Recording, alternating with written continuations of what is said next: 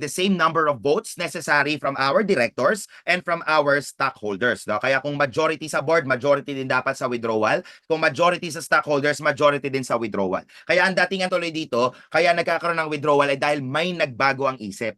Okay, may nagbago ang isip, no? Kaya nagbago, no, yung weight ng botohan natin na hindi na pala i-dissolve ang corporation natin. Kaya dapat the withdrawal must be filed within the 15-day period kasi nga after that 15 days na nga magbibigay na ng approval ang SEC, no? Kaya that's the period then within which to file the withdrawal. At kapag nag-file na nga ng withdrawal, mag-i-issue naman dito ang SEC, okay, ng order, no, kung saan ipapatawag lahat, no, ng mga members ng corporation, yung mga stockholders, directors, or trustees into a joint meeting.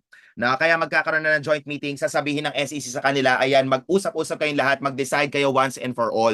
No, kung i-dissolve ba talaga or hindi. Kasi may nag-file ng request, tapos the same number of votes was reached in order to withdraw, no, the request for dissolution. Okay? Kaya nagkakaroon na lang ng joint meeting for efficiency purposes. Okay? Kasi nga, para may pabago-bago pa ng isip, para makapag-decide na sila with finality. Okay? Now, ito nga yung sinasabi lang natin na difference when creditors are affected, 2/3 ang magiging required vote ng stockholders natin at petition ang fina-file natin sa SEC, hindi lang request. Now, the third way in order to dissolve a corporation is involuntary. Now, ibig sabihin, this can be by decision of either the SEC, okay, or that of the courts.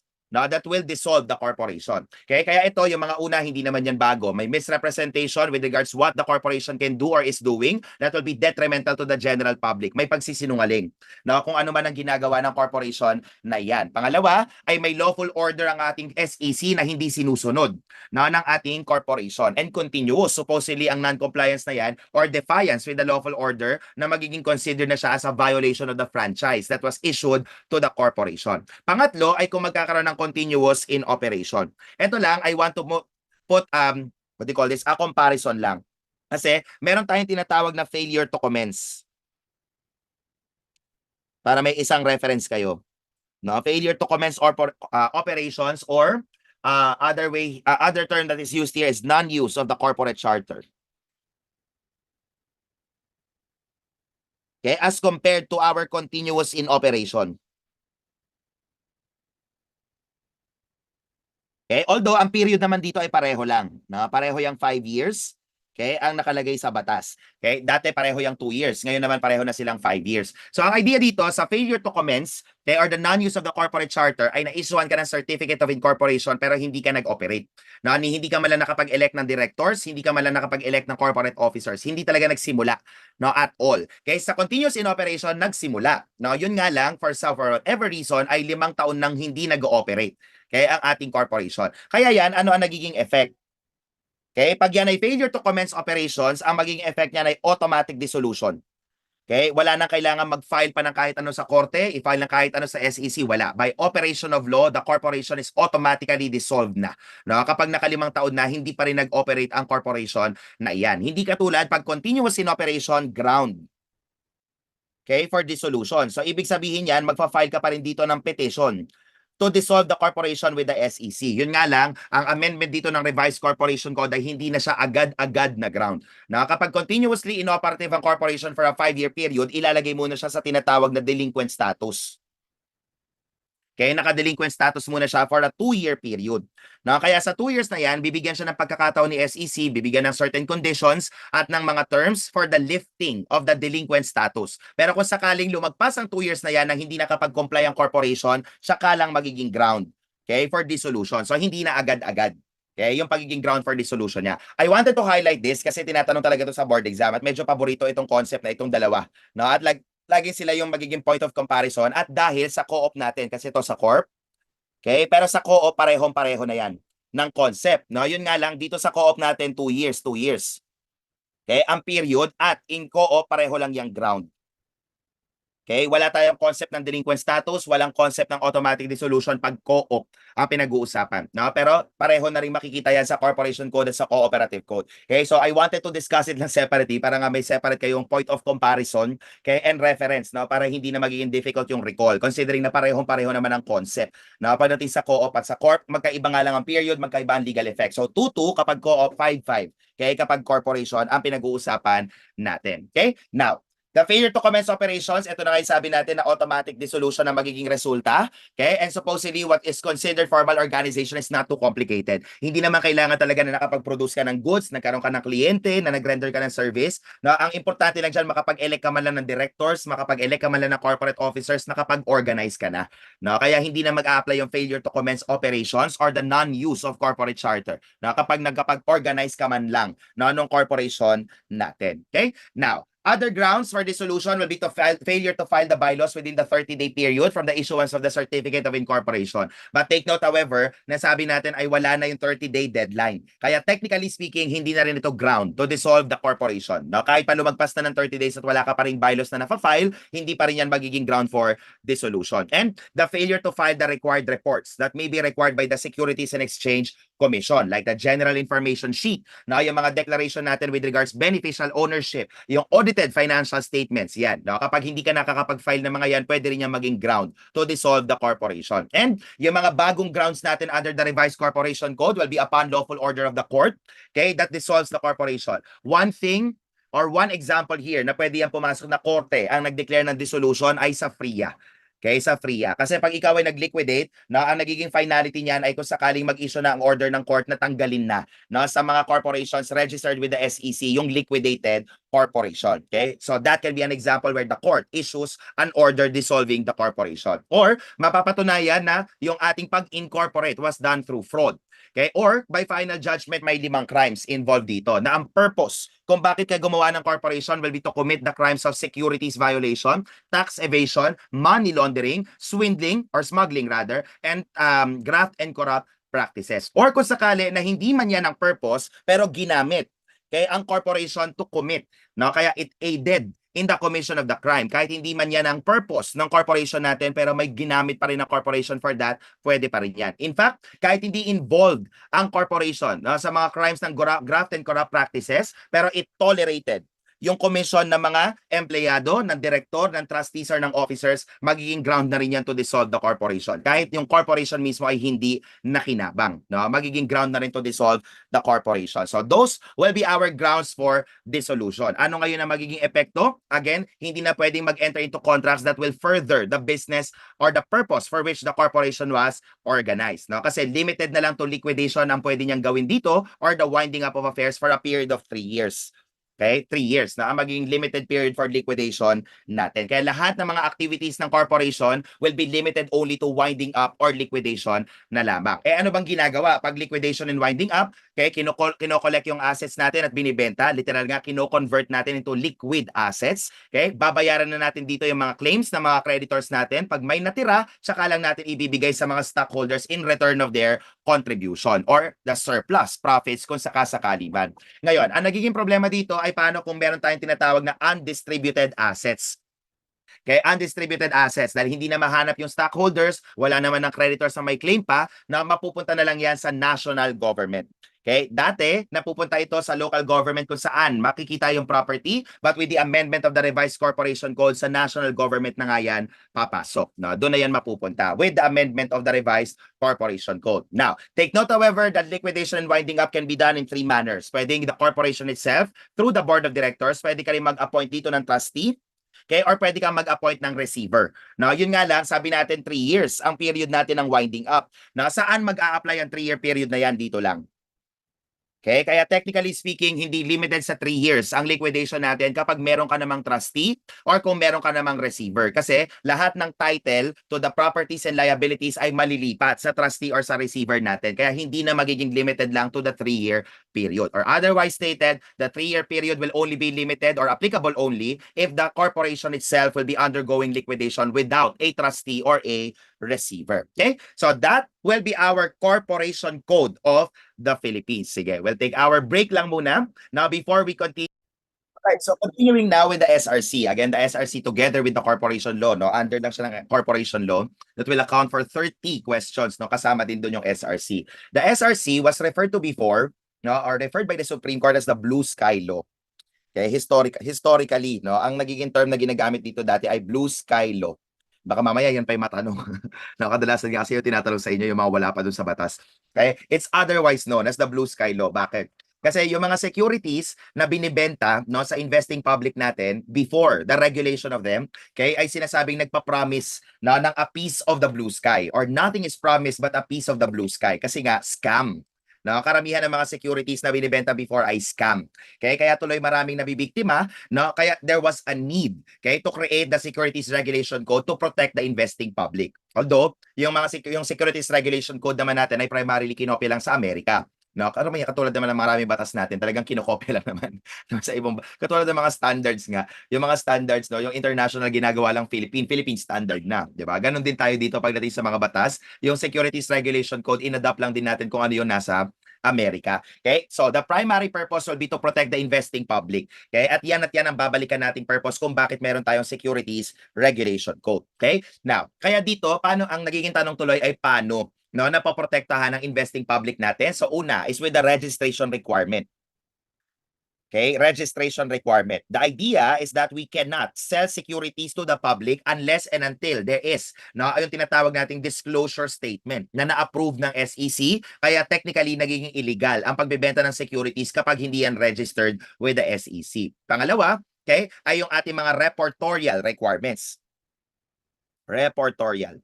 Okay, kaya mamaya i-discuss din natin yung mga magiging deadline primarily with regards to the general information sheet at ng ating audited financial statements, which will be two among others na fina-file natin with the SEC, okay, na concerned din naman ng mga accountants. Pangatlo, ay nagkakaroon tayo dito ng monitoring powers ang SEC, lalong-lalo na para i-verify kung totoo pa no, yung statement na nakalagay sa kanilang registration at yung mga totoo ba yung nakalagay sa reportorial requirements, even no, the power to audit.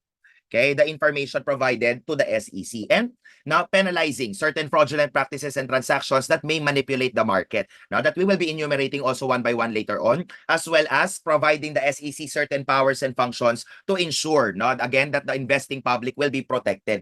Okay, from the previous nga na naging practice na nagkaroon ng mga securities that promises nothing but a piece of the blue sky. So, dito, ano ba yung securities? Okay, yung securities will be any share or participation in an entity that will be evidenced by a contract, whether the contract is written or electronic in character. Pero ang makikita kasi nating commonality sa mga securities ay kumikita tayo dyan ng passive income.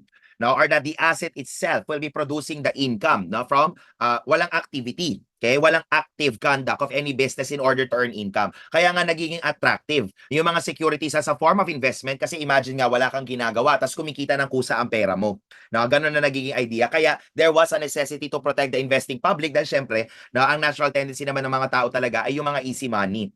No, 'di ba? Kasi kung wala ka naman talagang gagawin at kikita, kasi naman may ayaw nun. No, kaya nga tayo lahat gusto nating yumaman, pero hindi tayong lahat ay gustong magtrabaho ng gusto. 'Di ba? Kaya nga ang ultimate talagang pangarap natin ay maging sugar baby, no, maging tagapagmana, no, ganyan na lang sana. Yung pwedeng yumaman ka lang nang wala kang ginagawa. Ganun ang nagiging premise din with regards to securities. Kumikita ka nang wala kang ginagawa. Kaya some examples of securities provided by law ay yung mga shares, the bonds, okay, or evidence of indebtedness that may be issued like commercial papers, marketable securities, investment contracts, okay, yung mga interest natin with regards oil, gas, and mineral rights, okay, including that yung mga paborito nyo pagdating sa AFAR, no, yung paborito nyong derivatives. Kaya kasali din yan sa nagiging, di ba? Talagang natawa lang yung iba na paborito yung derivatives. Yung mga futures contract, yan kasali din yan sa definition natin ng ating mga securities. Basta nga ang potential na income na makukuha natin dyan ay passive, no? Or pwede kang magkaroon ng gain kung sakali mag-appreciate yung value. No? Kaya even yung mga certificate of ownership na meron ka relative to entities, no? Like katulad yung mga recreational clubs na sinasabi natin kanina, kasali din yan sa nagiging considered as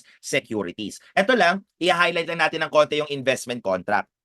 Sa definition ng investment contract, makikita na rin natin dyan yung apat na requisites to be considered as an investment contract. No? Kaya yan, merong investment of money in a common enterprise with the expectation of profits, pero yung profits natin ay nanggagaling primarily from the efforts of others.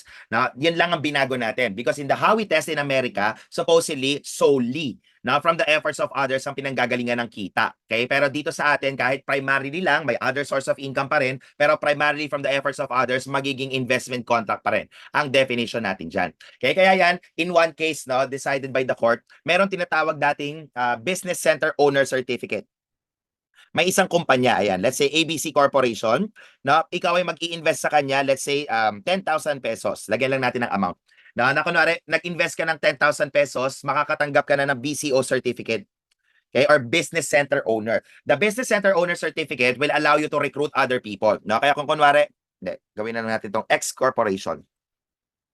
Okay, X corporation, layo. X corporation, ayan. No? Nag-invest ka ng 10,000 CA. No, etong CA ngayon makakapag-recruit na ng iba. So pag nag-recruit si A, kunwari na-recruit niya si B at C, kikita siya dyan ng commission. Let's say 4,000 pesos. Si B at C, pag nakapag-recruit ng ibang tao, kikita naman ngayon ulit dito si A. Let's say 4,000 pesos. Ayan. Okay? Kaya eto, I'm sure familiar naman kayo dyan. No? At one point or another, meron ka talagang kaibigan na matagal mo nang hindi nakakausap, tapos bigla ka nalang imi-message out of nowhere. No? Yayain ka magkape, yayain ka mag-inom, tapos magugulat ka nalang maglalabas ng papel at ng ballpen, tatanungin ka ano bang pangarap mo sa buhay. No? Pangarap mo bang magkabahay, magkakotse, kukumpute niya ngayon yung sweldo, magkano yan, gano'ng katagal bago mo kitain. No? Para nga mainganyo ka mag-invest, no? Dito sa ganito. Ang tanong ngayon dito, will the BCO certificate be considered a security? Okay, particularly an investment certificate, the answer is yes. Now, because dito may investment of money in a common enterprise, okay, with the expectation of profits from the efforts of others. Now, kaya all the four requisites are present, nagiging considered na siya as investment certificate na dapat ay registered. Okay, bago pa siya ibenta to the investing public. Now, sabi natin, one way in order to protect the investing public will be through the registration requirement. Now, kaya nga dito nire-require na meron kang tinatawag na disclosure statement or registration statement na fina-file natin sa SEC. Kasi nagiging prerequisite. Now, before you can offer to distribute or to sell the securities to the investing public, dapat may approval. Okay? Or meron kang tinatawag na approved registration statement. Now, kaya nagiging illegal ang pagbibenta ng mga securities kapag hindi ka pa nakakuha ng approved registration statement. In fact, the SEC is even empowered by the law in order to conduct audit ng mga information ng ating mga securities to make sure na yung disclosure statement natin ay accurate. Na nagiging totoo ba in order to protect the interests of our investing public. So, the procedure for registration will start with the filing of what we call the sworn registration statement. Kaya yan sworn na dahil under oath. Kasi kung sakali nga na may peke or merong kasinungalingan, yan. Na nakalagay sa registration statement mo ay pwede kang kasuhan ng perjury, no, or falsification for that matter. Kaya nire-require na under oath para may ganung naging legal consequence kapag nagkaroon ng falsity, okay, with the registration statement. Okay? The registration statement will be required na dapat yan ay signed na by the authorized officer ng ating issuing corporation. Okay? So it can be a principal financial officer, it can be an executive officer, an accounting officer, or the corporate secretary. Kung sakali man na meron ka mga statements sa registration statement, lalo na yung mga projections na meron ka dyan with regards to the potential income na makukuha from the investment or that of the security, kakailanganin din yung written consent ng ating expert. At kung meron mga existing stockholder na magbebenta rin ng kanilang mga shares together, no, doon sa shares na ibebenta mo to the investing public, may written certification din na manggagaling sa mga shareholders na iyan. Okay? Ngayon, pag na-file na natin yan, meron din tayong requirement, syempre, ang pinaka-importante ay yung pagbabayad natin ng filing fees. Now, the fees here will not exceed 1/10 of 1% of the total price that you will be able to get from selling the securities. Hindi magmamatter dito kung gaano karami yung actual na mabibenta mo. No? Kaya ang titingnan nandyan ay gaano karami ang potential na mabenta. 1/10 of 1% of that will be the basis of our filing fees. And then, ipapublish na natin dito yung notice na nakapag-file na nga tayo ng registration statement in a newspaper of general circulation for 2 consecutive weeks. Ang idea dito ay para malaman na kagad ng publiko, no, that there is such a registration statement filed with the SEC. And after that, 45 days ang binibigay naman sa ating SEC in order to issue an order on whether they will approve or reject your registration statement. At kapag na-approve na nga yan, tsaka tayo gagawa ng tinatawag na prospectus. No? At dalawang bagay. The prospectus will indicate that we complied with all the requirements for registration. No? At dapat yan ay under oath. Kasi it will certify, no, yung under oath natin na nakapag-comply na nga with the requirements, and pangalawa na lahat ng laman ng prospectus ay correct. Now, ang idea dito, the prospectus is more like a brochure. No? Kaya lahat ng kakailanganin mong information dapat on deciding on whether or not to acquire the securities must be in the prospectus. No? Ganun na nagiging idea na merong 1 point kung saan pwedeng tingnan ng mga potential investors yung mga kakailanganin nilang information. Now, take note, however, that there are securities exempt from registration. Ito, from law school, ang sinusunod namin ditong acronym, no, ay GRIB or GIRB. Ayan. Okay? Although yung isa, ang ginamit niya pa ay BRIG, no? Pero binaliktad lang naman. Kasi yung first two natin dito ay issued by a government. Okay? Either the government of the Philippines or that of a foreign country. No? Kapag issued by a government, whether that of the government of the Philippines, wait lang.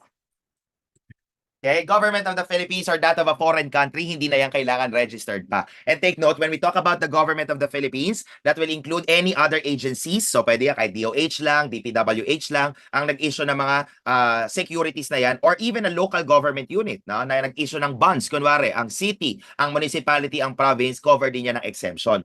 Okay, kapag foreign entity naman or foreign government, ang requirement natin dito ay dapat meron tayong diplomatic relations. Okay, with that foreign country. Kaya ang ibig sabihin na naman na may diplomatic relations tayo ay meron tayong embassy.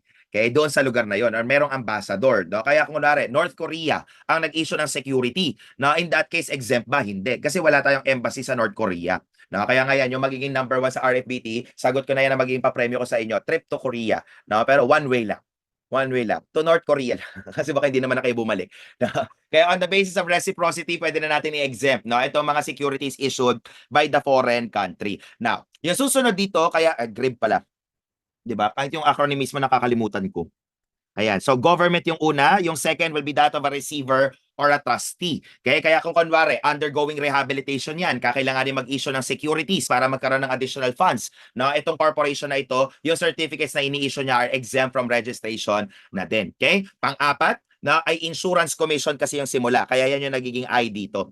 Now, because the sale, okay, are regulated. The sale of the securities are regulated by the Insurance Commission, by the Housing and Land Use Regulatory Board, or that of the BIR. Now, although currently, hindi naman na HLURB ang tawag na dito ay Department of Human Settlements.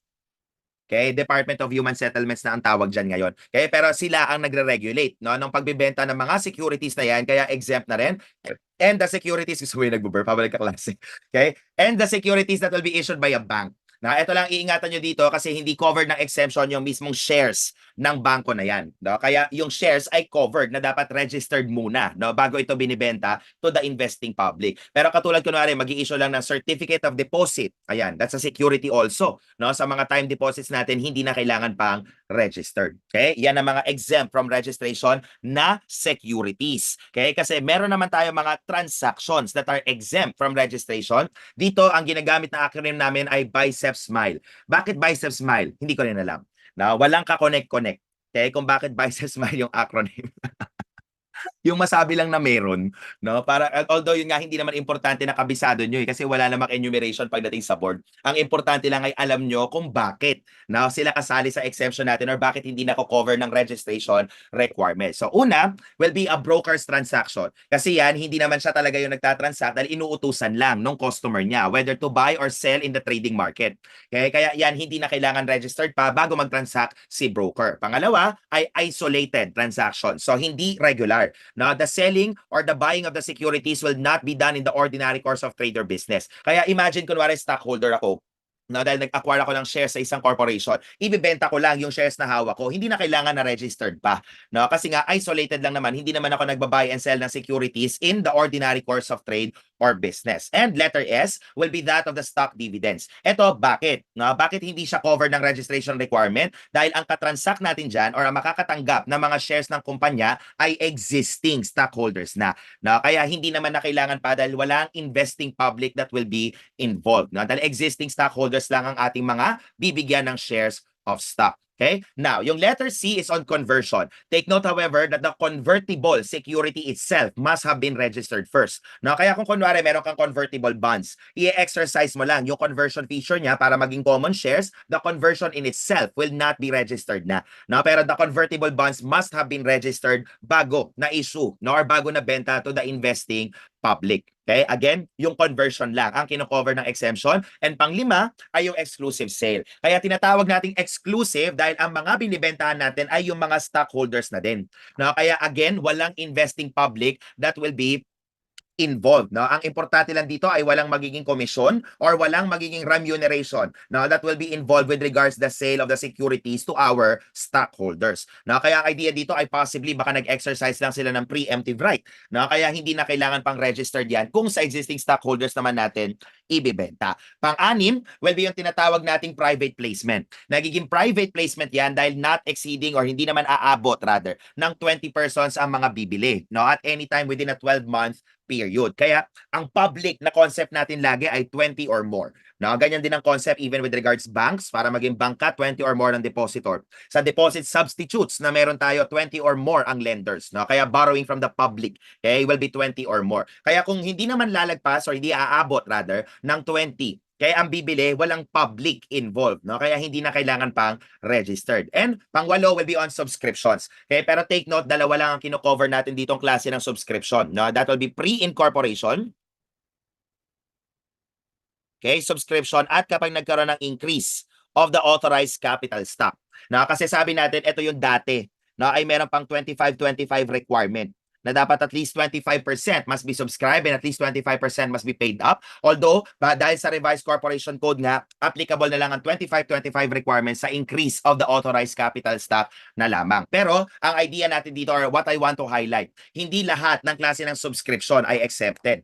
No? Kaya kung kunwari yan, ay subscription mo to the unissued shares of a corporation. No? Dahil hindi naman increase in authorized capital stock, hindi naman pre-incorporation yan, hindi exempted. Okay, hindi magiging accepted. No? Kaya limited lang to 2 kinds of subscription yung ini-exempt natin dyan. Okay? Now, pang-siyam ay kapag ang buyer ng shares natin ay tinatawag na sophisticated buyers. No? Or, as the term used in the code itself will be qualified buyers ang ginagamit sa code mismo. Ito, yung mga entities which are transacting on the securities in the ordinary course of trade or business. No? Talagang nagba-buy and sell ng securities itong mga ito. Kaya normally financial institutions ang involved natin dito like banks,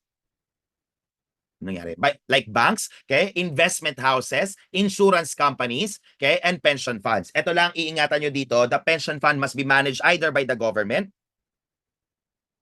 okay, dapat government yan or bank.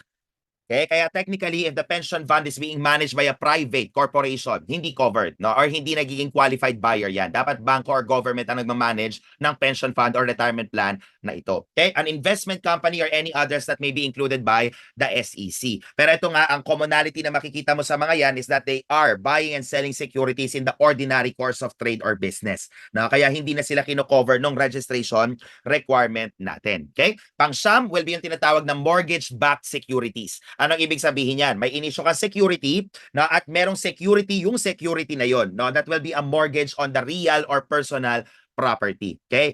Minsan ang tawag din dito ay asset-backed security. Na kasi meron talagang tangible asset that stands as a security for the security itself. Okay? And pang-sampu ay yung mga sale natin that will be done in relation to an insolvency or a bankruptcy proceeding, like the FRIA, now that we will be discussing. So sa FRIA, pwedeng magbebenta ng assets by virtue of rehabilitation or liquidation, hindi, at yung assets na binibenta ay securities, hindi na rin kailangan pa yan na registered. Okay? And pang-11, ito ang nakakatawa lang yung term na ginamit kasi, is to liquidate a debt.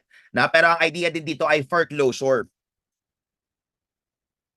Okay? Foreclosure sale lang yan. Kasi may pledge or may mortgage over the security, hindi nakapagbayad or na-perform ang principal obligation, kaya ngayon, fino-foreclose na yung pledge or yung mortgage. Kaya ibibenta ngayon yung security in a public auction, hindi na kailangan pang registered. And lastly, will be an exchange. Now, ito, existing stockholders ulit ang ating mga kan-transact dito, kaya wala namang investing public involved. No? Kaya hindi na kailangan pang registered yung transaction na yan. Okay? So, those will be our transactions exempt from registration. Pero kahit sabihin nating exempt yan sa registration, ay magbabayad pa rin ng 1/10 of 1% of the maximum aggregate price na pwedeng makuha from the issuance of the securities na meron. Okay? May exemption fee na binabayaran pa rin. Hindi ka katulad ka nakapareho na rin naman ng amount ng registration fee natin. Okay? Now, another way to invest or protect the investing public will be through the reportorial requirements. Now, at dito nga pumapasok yung annual reports natin, which will be the composed of our audited financial statements. Dito mo lang makikita na medyo luma na talaga ang batas, kaya ang term pa na ginagamit ay balance sheet, okay? Profit and loss statement. No, luma na kasi. Okay? Pero ang idea nga dyan ay FS din. No, ang nire-require dito na annual report and such other interim reports that may be required by the SEC. Now, just to make sure that the information we provided in the registration statement and in the prospectus remain to be accurate. Now, kaya pwede mag-require ang SEC ng periodic interim reports na hindi na iintayin pa yung ating annual financial statements. Okay? Now, take note, however, that the applicability of the reportorial requirements will be applicable only kapag meron kang securities that are being sold pursuant to a registration statement or otherwise stated covered ka ng securities regulation Corporation Code. Or kung sakasakali na meron tayong securities that are traded in a local stock exchange. So publicly listed ang corporation natin dyan or public corporation siya. Ito rin yung tinatawag nga nating public corporation that is not listed, no? Pero meron siyang at least 100 or 50 million na assets at ang stockholders niya ay at least 200 at bawat isang stockholder na yan ay merong at least 100 share. Kaya yun nga lang, pwede ka na ma-exempt sa reportorial requirements kung sakasakaling bumaba na to less than 100 yung mga stockholders or yung mga shares na hawak ng ating mga stockholders. No, pag nag-lessen. Pero yung termination ng reportorial requirement will be 90 days. Ayan, after we notify the SEC lang. No, na bumaba na nga yung ating mga number of stockholders holding at least 100 shares. Okay? Now, merong iba dito na na-encounter yung 2002 issuance ng SEC na ang nakalagay ay more than 50 million. No, but the wording in the SRC itself is at least 50. Okay, at least 50 million. Yan ang susundin natin. No? Kasi yan mismo ang nakalagay sa codal provision ng batas. Okay, kasi yung iba ang nakikita nga na ay yung more than 50 million. Sir, ang interim FS reporting po ba is not required by SRC for public corporation? I'm not sure. No, I'm not aware. I've never actually encountered the reportorial requirements kasi that's never been part of my job. No, pero it can be an example of what will be required by the SEC. No, na pwede nga yan na magkaroon ng interim FS kung tawagin. Okay, pero I'm not sure if that will be one of those na interim requirements ng or interim reportorial requirements ng SEC. Okay? Now, take note also na yung GIS ay isa nga sa mga information na nire-require dito ng SEC at annual din ang filing natin dyan. No? 30 calendar days supposedly ang deadline natin. Nag-iiba-iba lang ng reckoning point. Kasi kapag yan ay stock corporation, the 30 days will be counted from the date of the annual stockholders meeting. Kapag non-stock corporation, from the members meeting. At kapag foreign corporation, from the anniversary date ng issuance ng kanyang license. Or whenever there will be changes to the general information sheet, 30 days din ang magiging deadline natin dyan. So kunwari nagbago ang composition ng board, nagbago ang composition ng mga corporate officers mo, ng mga shareholders, mag-a-amend ka rin ng GIS na fina-file sa SEC. Okay? And the annual FS. The deadline for the annual FS will be dependent kung ikaw ay naka-calendar year or naka-fiscal year. Kasi pag calendar year ang sinusunod natin dito, may schedule na binibigay ang SEC na nakabase sa last numerical digit na meron kang iyong registration, no? Na nagbabago-bago every year. Kaya pwedeng magbigay dyan, o sige, May 30 ang deadline ng mga ending in 1 and 2, no? June 30 para sa ending in 2 and 3, okay? July 31 para sa mga ending in 4 and 5, ganyan. No? Pero paiba-iba nga ang nagiging deadline natin per year, no? With regards those under the calendar year. Kasi napakarami or marami pa rin talaga yung corporations na naka-calendar year. Pero pag fiscal year, ang meron tayo dito, okay? Ang deadline natin generally will be 120 calendar days from the close of the fiscal year, except with regards to entities. Now, 110 days ang binibigay pag broker-dealer, okay? At pag public corporation or listed corporation, 105 days from the end of the fiscal year. Nevertheless, no, pwede ka namang magpasa pa rin dito even before the set deadline. Ito, yan. Okay, kaya kung kunwari sinabi na May 30 ang unang mga magpapasa for those ending in 1 and 2, ikaw 8 pa na ang number ng last registration number mo or last digit in your registration number, pwede ka ba mag-file ahead? Pwede naman. No? Ang magiging common requirement lang natin sa lahat ng yan, pag nag-file ka ng AFS, ay required na dapat stamped received by the BIR. No? Yan yung may stamp muna ng BIR. Kaya na-file mo muna sa BIR dapat ang FS na ito bago mo pa ma-file sa SEC. Okay? Applicable to all. Okay? Whether calendar year or fiscal year ka, magiging common requirement yung stamp ng BIR before submission with the SEC. Okay? Now, one of the crimes that can be committed under the Securities Regulation Code ay yung tinatawag nating insider trading. Okay? Ito sa definition niya, makikita na rin kagad natin dyan yung magiging elements natin. Na kaya meron kang insider, may material, non-public information, at merong transaction.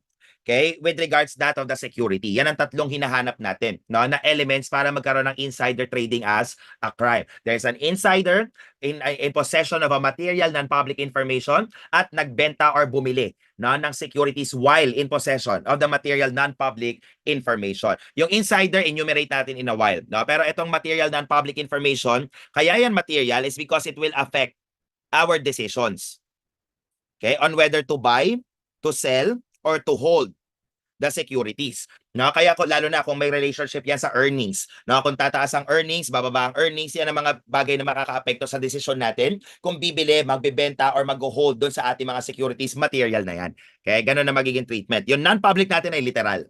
Okay, because it is not yet available to the public. No, or kung na-disclose man sa public, hindi pa nag-lapse ang sufficient time for them to process the information. Okay, non-public pa rin na magiging treatment natin or otherwise nga secret, no, yung information. Kaya ikaw lang ang nakakaalam, no? Kaya nagiging illegal yung insider trading natin. Okay? Now, yan nga yung material natin, non-public information. Sino naman yung insiders? Ito, ang acronym na binigay sa akin ng prof ko dito dati ay TRIGAD.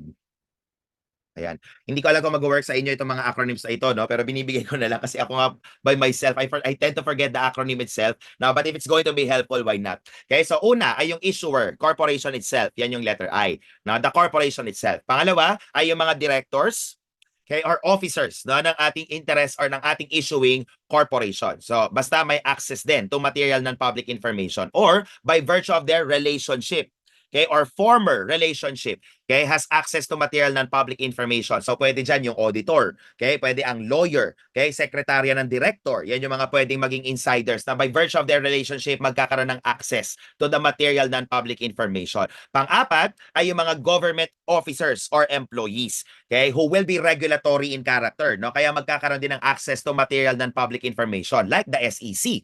Okay, so pag empleyado ng SEC, insider din ang magiging treatment natin at yung mag-a-acquire ng information by communication from any of the foregoing. No? So dapat galing nasa apat na nauna yung information na yan by virtue of a communication. Ito yung tinatawag nating TP. Okay, kasi nakatanggap ng tip. No, ganun ang idea, sabi ng prof ko. Eto, hindi ako nag-imbento ng words na yan, yung prof ko ha. Kasi ang corny ng word na TP, parang nickname. No? Pero yan, nakatanggap ng tip. No? Kaya TP ang tawag natin, covered din yan. Basta galing sa first four insiders natin yung information, magiging insider pa rin ang treatment natin sa kanya. Okay? Now, let's give an example para lang ma-visualize niyo ito. No? In one case, decided by the court, okay, kunwari ito, si Gas Corporation.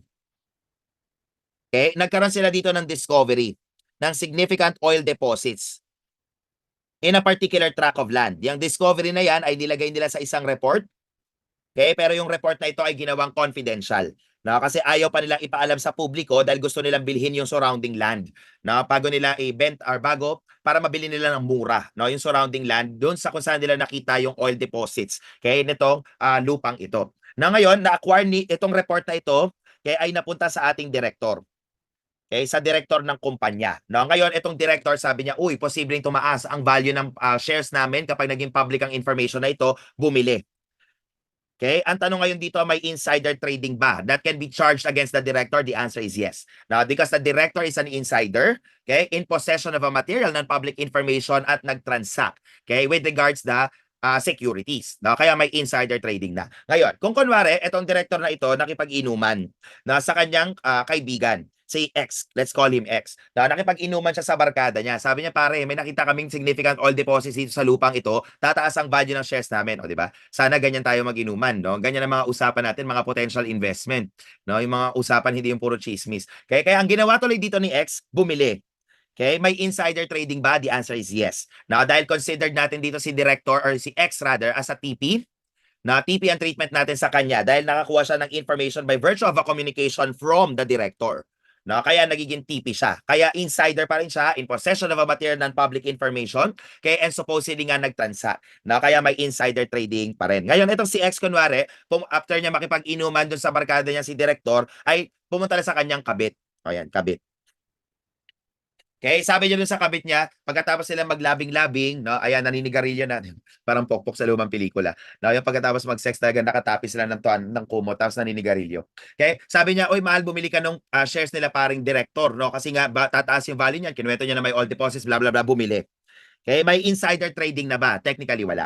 Okay, because we cannot consider the kabit as an insider. Dahil sabi natin, para maging TP, dapat the information came from any of the first four insiders that we have mentioned. No, kaya ang nagiging premise tuloy dito, TP cannot create another TP. Okay, hindi napupunta, hindi nagkakaroon ng panibagong TP. No, kaya walang magiging insider trading pagdating sa kanya. Ngayon, let's expound further. Kunwari, ang report na ito ay napunta sa printing company by accident. Okay? Kasi may printing company talaga that performs the printing services for the corporation, pero nasama yung report by accident. Ayan. Kaya nalaman tuloy ng mga empleyado na ng printing company na ito na meron palang significant all deposit si Gas Corporation bumili. Okay, ng shares. May insider trading ba? Wala. Okay, walang insider trading kasi hindi rin nagiging TP ang treatment natin sa mga empleyado dahil by accident nila nalaman yung information. Kasi ang nakalagay sa atin dapat by communication. Ayan, by communication dapat nakuha ang information in order to become a TP. Okay, ganun na magiging requirement natin dyan. So yan lang yung mga possible twist, no? Kung case type man ang ma-encounter yung problem with regards on insider trading. Okay, now, take note however, paano kung kunwari, yung report na ito na napunta sa printing company by accident pa rin, pero ang information contained therein, the information relates to a tender offer. Okay, na magkakaroon pala ng tender offer. Magkaka-insider trading na ba yung mga empleyado? The answer is yes. Okay, bakit? Eh hindi naman sila TP. Sabi natin hindi nagiging TP pag by accident natin nakukuha ang information kasi pagdating sa information related to tender offer, what is prohibited is any person from transacting. Hindi na kailangan pa na ikaw ay insider. No? Kaya kahit by accident mo makuha yung information that relates to a tender offer, in that case, pwede nang magkaroon ng insider trading in relation to that. Okay? Although we'll discuss later on kung ano ba itong tender offer na ito. Pero ganyan nga ang idea natin, yung mga possible twist lang. Kung sakaling case type ang ma-encounter nyo, lalong-lalo na sa final pre-board. Ayan. Kasi nga, ang dami nagre-reklamo. Sabi nila, yung first pre-board daw, parang simple-simple masyado, akong bahala. Dahil ako ang gagawa ng final pre-board ninyo, gagawin natin lahat ng questions situational para hindi mainsulto yung paghahanda nyo. Na talagang gamit na gamit ang mga pinag-aralan pagdating sa exam. Sir, for example po, former auditor is planning to buy a share in the company. Gaano katagal po ang cool-off period before allowed po siyang bumili ng shares? Walang nakalagay sa batas on what will be a cooling off period. Ang idea pa rin doon is as long as the information remains to be material and non-public, okay, hindi pa rin pwede. Lalo-lalo na na-acquire niya yan, even by virtue of a former relationship nga. Magiging insider pa rin ang treatment sa kanya. Sir, sino po nagsabi na simple? Aawain ko lang po. Secret, nakita ko lang. Minsan kasi may nakikita akong gano'ng mga tweets na sabi, ano ba yan, parang hindi naman gano'n yung tanungan pagdating sa board exam. Ang dali-dali naman masyado. Sige na, ako nang bahala. I got you. Parang more powers na, tikman nyo ang ganti ng isang api. Habang ginagawa ko yung final favor nyo, ganyan na magiging mga linyahan. De joke lang. It will never be our goal to make an exam that is too difficult. There's no point to that. Lalong-lalo na pagdating sa RFBT. Lalong-lalo na we can never predict what will be asked in the board exam. The best that we can do is to make the exam as conceptual as possible. Kaya pagdating sa final pre-board nyo, one thing I can promise you is that there will be no two questions that will cover just one concept. Laging iba ang concept sa bawat tanong. Ganyan ako gumawa ng pre-board exam. Kasi ang gusto ko sana ay yung mismong pre-board exam ay magagamit nyo as a last minute material. Kaya sa final pre-board, isusulat nyo mismo doon sa pre-board ninyo kung saan or kung ano yung concept to which it relates. Isulat mo na lahat ng kailangan mong tandaan related sa concept na yan para kahit yun na lang ang bitbitin mo pagdating sa board exam, magiging last minute recall. Ganun na magiging purpose niyan. Kasi ang magiging goal nga natin dito or ang kaya lang namin gawin ay bigyan kayo ng maraming bala. Na marami kayong alam na pwede nyong gamitin pansagot pagdating sa actual board exam. But we will never be able to predict the board exam. Kung sino man na may ganyang kapangyarihan, hindi ako yun. Hindi ko kaya. Paano ko naman malalaman kung anong lalabas sa board exam? Diba? Unang-una, wala nga kaming kopya ng mga dating tanong. What I do is incorporate some previous questions which were just mentioned to me. Kaya nga hindi rin siya exactly the same. Kadalasan yung mga tanong na ginagawa ko, ni-reconstruct ko lang. Yung mga tinanong din sa akin ng reviewee. Kaya the goal again is for the pre-board to be a learning tool. So hopefully ganun din ang magiging approach nyo. Kaya kung mababa man naman naging score mo sa pre-board, hindi problema yan. Ang importante dyan ay malaman mo bakit. Kailangan bang mag-align ka, mag-adjust ka ng hours sa pag-aaral sa subject na ito? Babaguhin yung understanding na meron ka? Kailangan pa ba mag-practice with regards some concepts on certain items? Baka careless lang yung pagsagot, iiwasan na natin. Ganun lang. Lahat ng kaya mong matutunan from the experience of the pre-board, yun ang magpapanalo sa iyo dyan. Kaya kahit mababang score mo, walang problema. Again, you utilize the pre-board as a learning tool that it was intended to be. Okay? So, balik tayo sa inside.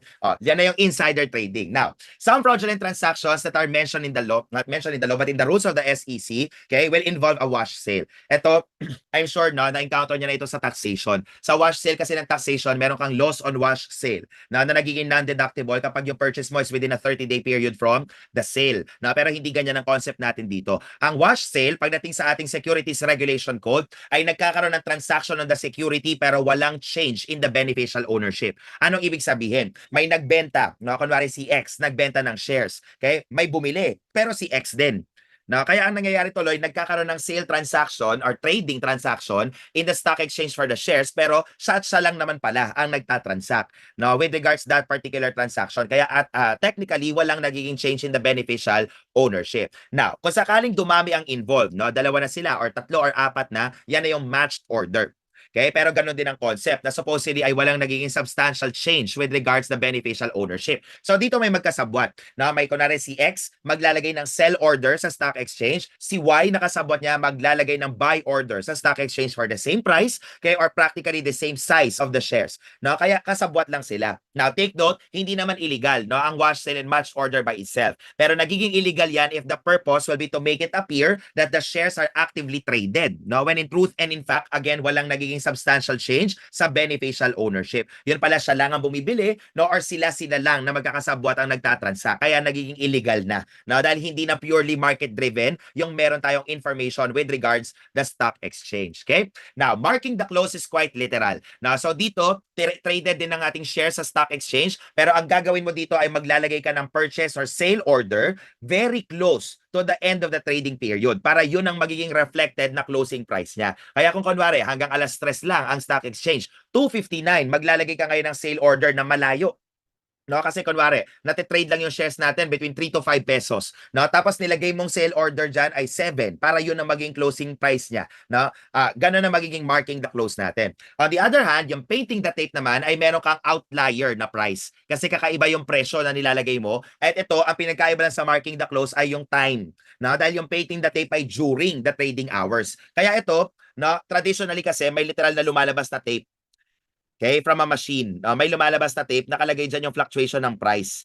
Okay, ng isang stocks. No? Kaya kung kunwari ang range nga lang ay 3 to 5 pesos, bigla kang naglagay ng 8 pesos. Kaya nagkakaroon ng ganong abnormal, no, na activity with regards that of the tape, no, na lumalabas for that shares of stock. Yun yung tinatawag nating painting the tape. Okay? Now, on the other hand, pag squeezing the float naman is more on the supply.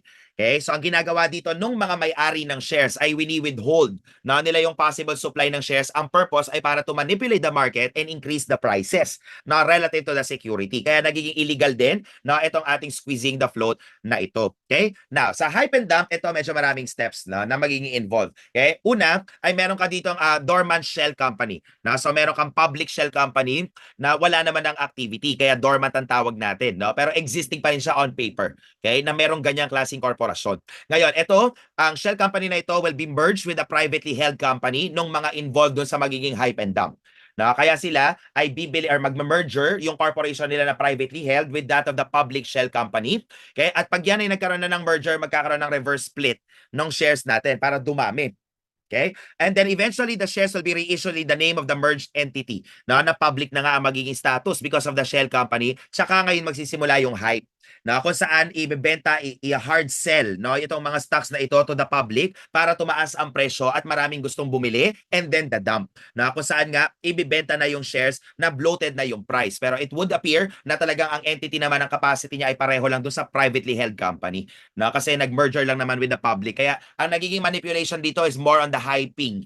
No, dahil nga binamarket siya very aggressively, no, in order to drive the prices up at para nga kumita yung mga may-ari pag dinump na nila yung shares na hawak nila. Okay? Now, yung boiler room operations can be related para mas madali nyo itong ma-recall. Boiler room operations is similar to The Wolf of Wall Street. Na kung napanood nyo yung movie na Wolf of Wall Street, no? Yan yung mga merong office na parang pop-up lang, tapos nagtatatawag sila na kung ano-ano mga sinasabi. May direct offerings na ginagawa to potential investors. Sasabihin nila, oh, bumili ka sa kumpanyang to kasi lalaki dahil nagde-develop sila ng mga ganitong projects, the earning capacity is this much, no? Kaya nagiging illegal din yan, no? Dahil because of the false information primarily. Kaya intense, no, yung nagiging selling na nagaganap. Kaya kung napanood mo kayong Wolf of Wall Street, makikita mo grabe yung intensity ng mga tawagan, no? Kaya parang mayat-maya may tinatawagan sila, may listahan, no, ng mga potential na magiging investors. Okay? Now, again, hindi naman technically magiging illegal agad-agad, nagiging illegal lang kung sakaling naaapektuhan yung price, okay, in the market, no? That is not normally driven anymore by the market forces lang ng ating supply and demand. Okay? Kaya kung yan ay magiging manipulative of the prices, saka siya nagiging illegal or unlawful, or to depress the price, not necessarily raise securities, no? Kung ang purpose mo ay para pababain ng presyo, no? Para nga makabili ka naman ng marami, no? In that case, magiging illegal din ang purpose niyan. Or again, katulad din sa ating matched order at wash sale, if it will make it appear that the shares are actively traded, although in truth and in fact hindi naman pala, no? Kaya basta hindi na market driven, no? Or market forces lang dapat ang nagda-drive ng presyo. Kapag hindi na, yun yung magiging illegal na. Okay? In some instances, may tinatawag pang circulator disseminating information on the share price movement. Pero ito, pareho na lang din with the false statements na supposedly nga ang nagiging purpose mo dyan is to affect the prices, okay, of our securities. No? Pero ang idea nga, hindi na market driven, no, or market forces ang nakakaapekto sa presyo ng ating mga shares in the stock exchange. Okay, now the pegging or fixing or stabilizing the price, again, on the rational nga na hindi na market-driven yung ating mga pricing na security dahil ikaw na ang nagdi-dictate. Okay? Kaya ito, meron ka ring price fixing when we get to the Philippine Competition Act. Now, dahil yan din ang nagiging goal natin dito na dapat nga driven by market forces lang. Okay? Ang mga presyuhan natin sa relevant market. And a short sale. Yun nga lang, take note that a short sale by itself is not considered illegal per se. Okay? Ito is regulated lang by what we call a securities borrowing and lending. Now, securities borrowing and lending. Yan din yung nagiging term natin dyan. Securities borrowing and lending. Okay? Now, paano ba yan? Ito, para lang makita nyo no, kung paano nag-work ito. Okay? Para may idea tayo. Okay? Kunwari, meron dito si O. No? Owner. Okay? Ng shares. Let's say Jollibee Food Corporation shares para listed. Meron siya, may-ari siya ng 1,000 shares. Okay? Ang gagawin niya dito ay si S rather, ay hihiramin.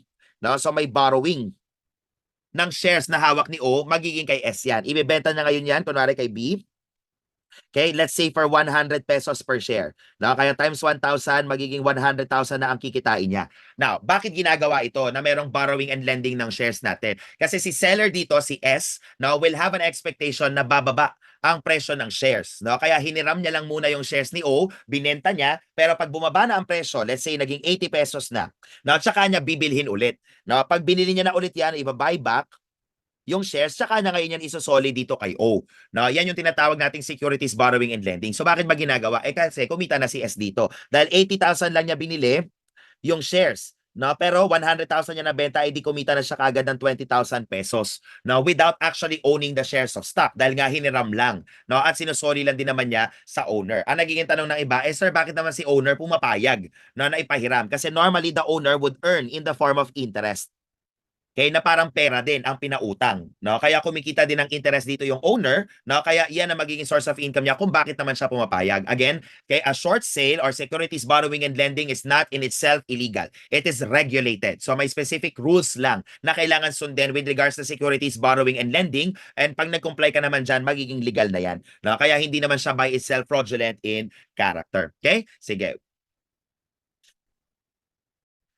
Okay, so the last topic that we have for SRC will be that of the tender offer. Ano ba yung tender offer? It's an offer for the purchase of the shares of a corporation. Now, tinatawag lang nating tender offer kasi the offer is extended to all the shareholders. No? Lahat ng existing shareholders yung ino-offera natin na ibenta, okay, ang kanilang shares of stock. At ito, ang purpose kung bakit meron tayong rule with regards to the mandatory tender offer is to protect the minority shareholders. Na kasi dito, pag nag-tender offer ka, pare-pareho ang terms that you will be providing, whether majority stockholder yan or minority stockholder yan. And normally naman, pag bibilin mo kasi yung shares ng existing corporation at a premium. No? Kaya dito, mabibigyan natin ng pagkakataon yung minority shareholders na ibenta yung shares nila at a premium, lalong-lalo na kung hindi naman nila gusto yung magiging bagong majority shareholder ng corporation or hindi nila kasundo. No, kaya nagkakaroon sila ng chance tuloy na umalis sa corporation nang hindi sila lugi, no, or hindi pa lugi kapag sila ay aalis sa isang corporation. Ngayon, kailan mandatory? Ayan. No, kailan nagiging mandatory ang tender offer natin? Dalawang instances. Okay, una, kapag ang acquisition ng shares natin will be at least, okay, 35%. Take note, this can be by one person or a group of persons acting in concert. Yun nga lang, yung group of persons dyan ay hindi nakaspecify kung ilan. No? And take note na ito ay covering over a period of 12 months. Kasi baka mamaya, ang gawin mo dyan pa 10%, 10% ka lang per month, no? Pero total 40% naman pala ang in-acquire mo, no? Eh di mako-cover pa rin yan ng mandatory tender offer rule natin para lang hindi ma-circumvent, no? Yung rule natin on the mandatory tender offer kaya nilagay over a period of 12 months. Take note, however, na hindi lahat ng klase ng corporation ay pwedeng ma-subject to the mandatory tender offer. Dapat yan ay listed or public corporation. Okay, a public corporation, as we have mentioned a while ago, has at least 50 million in assets and at least 200 shareholders holding at least 100 shares each, not to be considered a public corporation. Pero yung shares kasi niya na hindi pa rin traded in a stock exchange. Or kung sakasakali no, na less than 35% ang i-acquire mo pero existing stockholder ka na. Okay, existing stockholder at ang magiging total ownership na meron ka will be over 50%. Okay? Ito lang, baka sakaling ang mabasa nyo ay sa Lawfil. No? Yung SRC sa Lawfil, ang nakalagay ay over 51%.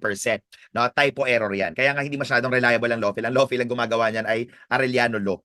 No, Arellano Law School. And talagang tinatype yan ng mga estudyante. Kaya minsan talaga nagkakaroon ng typo error which is kind of material. No? Over 50%.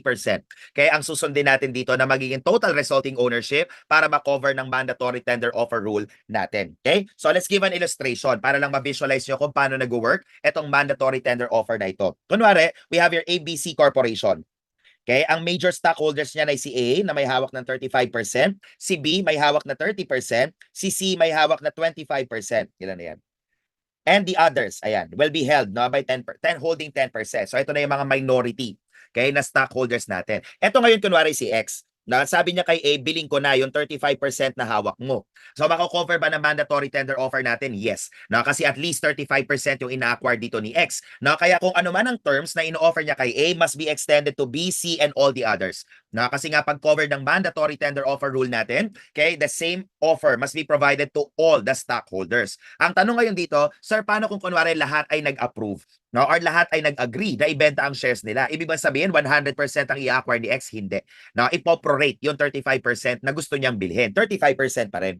No, ipoprorate na lang natin doon sa mga gustong magbenta. Okay, ganun ang magiging rule natin dyan. Hindi naman magiging compelled to acquire more than what you intended to acquire. Okay? Ngayon, paano kung kunwari si B, no, ang nag-acquire dito, ang in-acquire niya yung 25% dito ni C.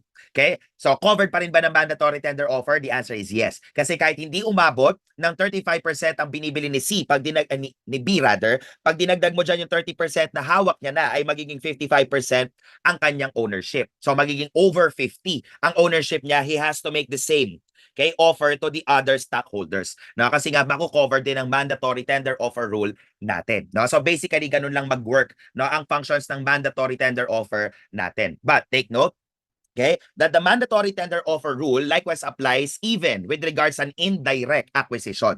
Na paano yan nag-work? Ito ngayon yung illustration natin dito na nakalagay sa isang kaso. No? So by U Corporation, okay, na listed in the PSE. Okay? Ngayon, ang mga stockholders ni U Corporation ay si X na may hawak na 60% at si ABC na may hawak na 17%. Okay? The rest of the 23% ay hawak na ng others. Okay, which will technically will be the minority stockholders na kasi marami silang may hawak ng 23% na yan. Ngayon, etong si X Corporation naman, na etong X Corporation na ito, okay, ang composition naman ng ownership niya ay 21% ang hawak ni XB, okay? Or XA rather, 30% ang hawak ni XB at yung 9% hawak ni ABC Corporation. Okay? And the remaining 40% will be held by the others na. Okay? Held by the others na. Okay? Now, so ganito ang structure niyan para ma-visualize nyo lang. Yung structure. So si U Corporation, ang stockholders niya ay si X na may hawak ng 60, si ABC Corporation na may hawak ng 17, and then the others for the 23%. X Corporation in turn, okay, holds XA holds 21%, XB 30%, ABC 9%, and the others holds the 40%. Ang nangyari ngayon dito, si ABC wanted to acquire the shares na hawak nito ni XA at ni XB. No, kaya ito total 51% ang kanyang kukunin. No, pag pinagsama natin 'yan, 51% yung i-acquire ni ABC at yung magiging resulting ownership pa niya ay 60%. No? Kaya over 50% din. So both the parameters ay na-meet natin kaya covered talaga ng mandatory tender offer rule. Nag-tender offer naman siya with regards the others. No? Ano palang problema? Nag-tender offer naman pala. No? Nag-comply naman. Ang nagreklamo dito ay yung others na may 23%. Okay? Sabi nila, ABC, dapat mag-offer ka rin sa amin. No? For the same terms that you provided with XA and XB shareholders. No? Sabi dito ni ABC, Monta nga. Ganun talaga yung reaction. Okay? Sabi niya, pal, no? Wala ka namang kinalaman dito. Ang binibili ko lang ay shares ni X Corporation. Bakit kailangan kong bilhin bakit kailangan ko mag-tender offer din sa'yo? No? Sabi ng Supreme Court dito, tama. Kaya ang others na yan, na dapat ay mag-mandatory tender offer din sa kanila. Bakit? Kasi nga, dito, 60% ang magiging total ownership ni ABC Corporation kay X. No? Kaya kung 60% yan, at 60% din ang hawak ni X kay U Corporation, ibig sabihin, 36% ang kanyang indirect ownership, okay, with regards that of U Corporation. Na kaya dito tuloy, pag sinama mo dyan yung 17% na meron siyang direct ownership, okay, direct ownership, ang magiging total ownership na meron siya ay 53. Na kaya magiging over 50% ang kanyang ownership of U Corporation, kaya magiging covered na ng mandatory tender offer rule. And yes, this is an actual Supreme Court case. Na ang binago ko lang dyan ay yung mga kapangalan ng corporation, pero nilagay ko yung same percentages that were provided in the case itself. Para nga ma-highlight lang natin dito that the mandatory tender offer rule applies even with regards an indirect acquisition. Na kasi in turn, indirect yung naging acquisition ni ABC kay U Corporation. Na dahil ang in-acquire niya ay shares ng stockholder ni U Corporation. So I hope we're clear with this. Although I've never seen this problem in a question in the board exam. No, parang I think it's too complicated of a matter to be asked in the board exam. Pero alam niyo man, just in case na mag-a-apply nga rin kahit sa indirect acquisition. Ngayon, okay? Now, take note, however, na hindi covered ng mandatory tender offer rule, okay, if it will be an acquisition of the unissued capital stock, as long as it will not result in 50% or more ownership. No, kasi technically nga, dapat ang ino-offeran lang natin na bilhin ang shares will be existing shareholders na. Kaya kung manggagaling sa unissued shares, ibig sabihin, wala pang may-ari. Now, pangalawa ay kung galing sa increase in the authorized capital stock. No, kaya ang idea din dito ay wala pang may-ari ng shares na yan. So, same logic lang with regards to the first exemption. Pangatlo, kung related sa foreclosure proceedings. So the shares were pledged or subjected to a mortgage, hindi nakapagbayad kaya finorclose yung pledge or yung mortgage, kaya ngayon binibenta na public auction. Okay? Hindi rin yan mako-cover kahit pa at least 35% yung binibenta in the foreclosure or kahit pa magiging more than 50% ang ownership mo after, it doesn't matter. Now, exempted din yan sa mandatory tender offer rule natin. Okay? Now, if it is connected to a privatization, ibig sabihin, government-owned ang corporation dito, binibenta na. No? Kaya pag binenta ang shares ng government-owned corporation in relation to a privatization initiative of the government, no? In that case, hindi rin yan covered ng mandatory tender offer rule. Okay? The same will be true with regards to shares that will be purchased in relation to a corporate rehabilitation. No? Pero court-supervised rehabilitation ang pinag-uusapan dyan. Kaya ang idea din dito ay nagkakaroon kasi ng infusion of additional capital in the corporation na kakailanganin in order to be rehabilitated. No? Kaya hindi na kailangan pang mag-mandatory tender offer with regards to that. Or kung bibili naman ng shares in the open market at the prevailing market price. Kaya wala rin naman magiging advantage dyan ng minority shareholders natin na nagiging purpose kung bakit nagkaroon ng mandatory tender offer to begin with. No? Kasi sa stock exchange naman bibilin yung shares at kung sino lang ang nagbebenta, yun lang din naman ang bibilhan natin ng shares na ito. Okay? Or in relation to a merger or consolidation, that would necessitate na kadalasan ay more than 50% naman talaga ang bibilhin. No? Kadalasan pa nga 100% yan kasi i-dissolve nga natin dyan yung ating absorb or yung constituent corporations natin. Kaya hindi na kailangan pang dumaan ng mandatory tender offer. Okay? So that concludes the corporation law together with the SRC, which again together will account for 30 questions, the single highest number of items on any particular topic on corporation or on CARF-BT na subject natin. Okay? So, with that, next meeting on Tuesday, we'll be discussing the law on cooperatives na, okay, which is practically the same naman yung karamihan ng rules na meron tayo sa corporation, kaya parang magiging review ng corporation law din natin yan. At any rate, I know at this point, marami pang may agam-agam, lalong-lalo na katatapos sila ng pre-board, at lalong-lalo na para sa mga tao nga mabababa ang nakuha sa board, sa pre-board exam na ito. Pero ang sabi nga natin, you utilize the pre-board as a learning tool that it is intended to be. At sana, hindi kayo mapanghinaan ng loob, na dahil lang mababa ang nakuha mo, ayaw mo nang tumuloy. No, kasi kadalasan yung mga moment na kung kailan ka hihinto sa pagpupursige mo sa pangarap mo, tsaka patuloy sana may mangyayari ng magiging relevant. No, kung tinuloy mo lang sana kaya ang iyong pakikipaglaban. Kaya again, I will leave you with this quote lang before we end the class. Okay? Continue to move forward, holding tightly to your dreams, and I hope you don't give up before your miracle happens. Thank you very much, everyone. God bless and stay safe. Thank you.